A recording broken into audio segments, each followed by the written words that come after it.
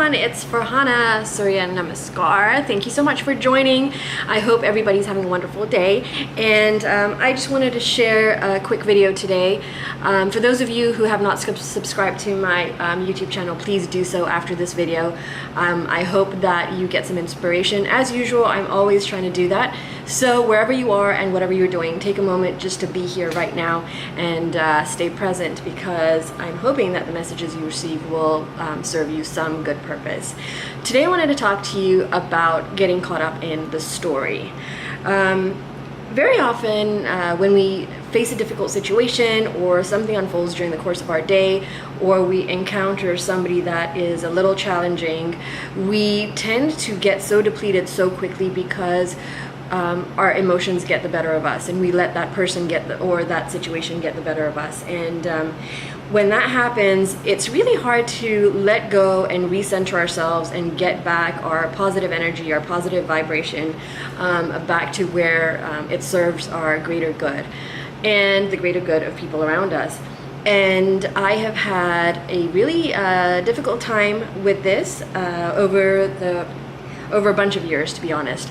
And what I've done in the past 2 years through my practice of mindfulness and meditation is I'm really starting to get myself in a place where whenever I encounter a difficult person or situation, I'm able to, release it or step away from it, take some time and honor where I am and how I'm feeling about the situation without any judgment. Because let's just be honest with ourselves, we're all human. And no matter what we read in books or what we listen to or what we hear, we do get caught up in the real life situations and emotions that we experience. And so how are we able to balance between being real with ourselves, getting in touch with those feelings, letting them flow through us without any judgment or without really mentally scolding ourselves and saying we should have known better? So what I wanted to talk to you about in regards to that is, and this was a conversation I was having at dinner last night with a bunch of my friends. And I know this in particular, and remember, when I'm sharing my videos, the best thing that I can do is share my own personal experiences. So I'm not projecting anything on other people. That's not my intention. What I want to do is share my real life experiences and kind of get through how I have handled situations, and whether or not that works for you or not, that's fine too, but just in sharing my own experiences and how I've been growing. So what I have found over the years that I used to do and that I am learning to change slowly is that whenever there was a trigger, whenever there was a situation or a person that really triggered some negative emotion in me, if I were to see that negative emotion as, or the trigger as being right here, my response to that trigger would be immediate. So as soon as somebody would upset me, I would react right away. And I was never able to really respond in a way that I came from a middle place. It was very extreme. So I found myself to be either a very happy person or a very upset, angry, sad person. And so that I had a difficult time identifying the possibility of being in between. And so what I've done in the past is, like I said, reacted right away. As soon as the trigger was faced, I would respond immediately, and most often that response was very negative. And so that came about in yelling or screaming or crying or just being very rageful, and it was very destructive behavior for myself emotionally and mentally, and sometimes physically.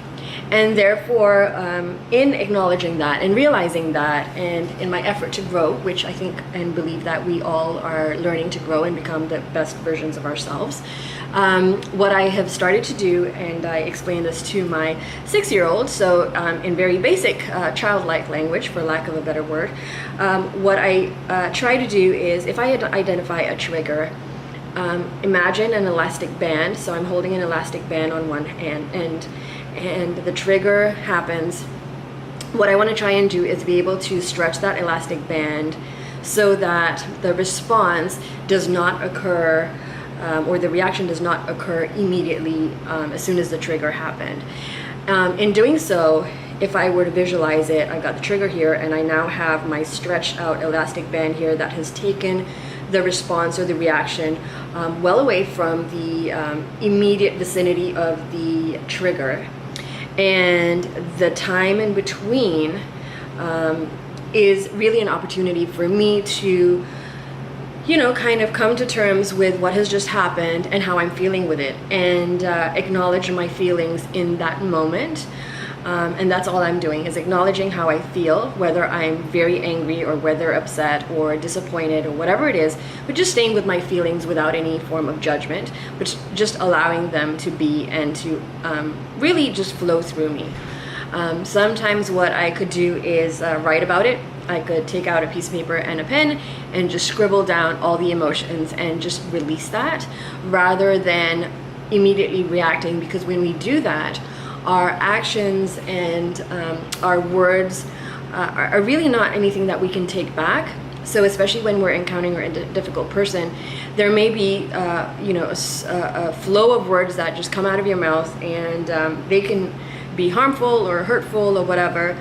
And after moments of settling down, or, you know, those emotions kind of subsiding, what ends up happening is that, you know, we feel a sense of shame or regret or guilt for doing and saying things that we really didn't want to, and then taking that back becomes so difficult. And then we are in a place of self-judging and you know, just being really hard on ourselves. So rather than going through all of that, I feel that, like I said, if we are very aware of what triggers us, and that's fine, we all have certain triggers, just being really mindful and aware of that, but then allowing ourselves to take a step back and realize, you know, how is this making us feel right now? And so when we sit in contemplation, or sit with just allowing those feelings to be all that they are in that present moment, in itself, we are, you know, just preventing any destructive behavior, but at the same time just acknowledging that we're human and these are our very real feelings. And then maybe revisiting after, you know, 30 minutes even, 10 minutes or whatever, you'll just find that you come from a better place and a less reactive place. So I think the two most important words that are kind of flashing out at me are trigger, reaction, and response. So when we act immediately, that's more of a reaction, and which is in my mind kind of has more of a negative feel to it, more of a destructive feel to it. Whereas when we're responding, we've collected our thoughts, and it's allowing ourselves the time to, you know, still express how we felt about that trigger, but not in a reactive negative way. I hope that makes sense. And again, I try and keep my videos as short as possible. This one is about 8 minutes, so I hope that you've taken from it whatever your heart wants to take away from it. And in the meantime, I'm sending all of you love and light, and stay cool and stay blessed. Take care.